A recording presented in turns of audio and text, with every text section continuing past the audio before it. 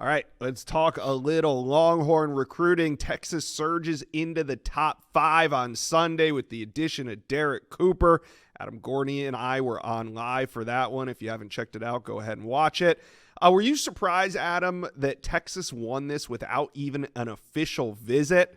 And Cooper did take officials. I mean, he went to Ohio State, FSU, Georgia, Bama, Miami. He took a bunch of officials, just not to the school that he committed to. Right. Yeah. He definitely traveled around a lot and saw a lot of things. Was I surprised? No, because down the stretch, it seemed like Texas had surged right to the top and was going to be difficult to beat. But Georgia felt really good about this in the last week, at least. And then he's a South Florida kid. Miami obviously opens the pocketbook. So I wasn't, I was sort of surprised that Miami didn't kind of catch on a little bit more. But I was told down the stretch, and who knows if this is sort of sour grapes or not, but that Mom was very involved in this. NIL was very, very involved in this. And, some people that cover the program even said that, a big offer was made late, and that's perfectly fine. It's within all the means of recruiting these days. And if Texas wants to do it, God bless them. He's a very, very talented player. But Georgia, again, took a little bit of a lump there because they felt pretty decent about this heading into the decision.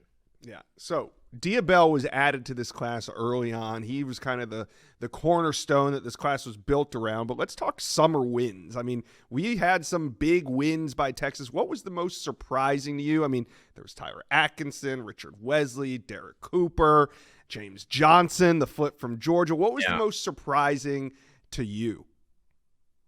Yeah, the list is super long. I mean, we could go down. we have a Rite Aid sheet of how many great players Texas got over the summer. But I think the combination of getting Richie Wesley, who had all of the drama around Oregon, to go there on the last weekend of June and make his commitment and kind of close it down and say he wants to be drama-free, and then getting James Johnson to flip right after that. That combination of defensive linemen will bode very, very well for the Longhorns over the long term, along with all the other guys that they got along the defensive line, Vodney Cleveland and Dylan Berryman and Corey Wells. Like that right there is your starting lineup for the defensive line in years to come. But getting Wesley to commit right after, like a month after all that stuff happened with Oregon, and then getting Johnson to flip from Georgia, definitely huge for the Longhorns. And I think the biggest move of the summer. And they might not be done yet. We know Jake Krull is still out there on the board. Justin Wells has come on this channel and talked about maybe flipping a Malachi Lee, Isaiah Williams. So that being said, if Texas has a big season, do you think the Horns could finish number 1 again in recruiting? Oh, absolutely. I don't think that they're done. I think they're certainly happy where they're sitting right now. And as you go down the list of commits, you're like, man, these guys are really, really talented.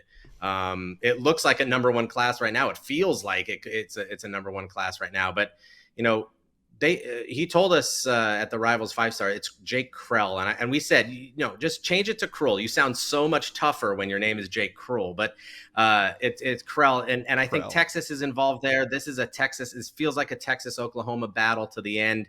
Malachi Lee seems to love Michigan very, very much, but his relationship with Kyle Flood's still very important to him. It'll be interesting to see how that develops.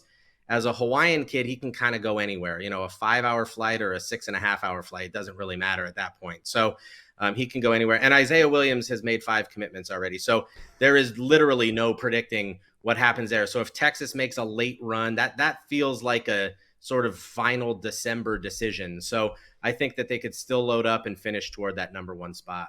Yeah. Ole Miss currently holding down Isaiah Williams' 5th commitment. We'll see if that holds. I have a feeling it won't, so we'll keep watching that one. But, yeah, Texas could finish number 1 again. Texas fans, how you feel, and let us know. Is this back-to-back number 1 recruiting classes?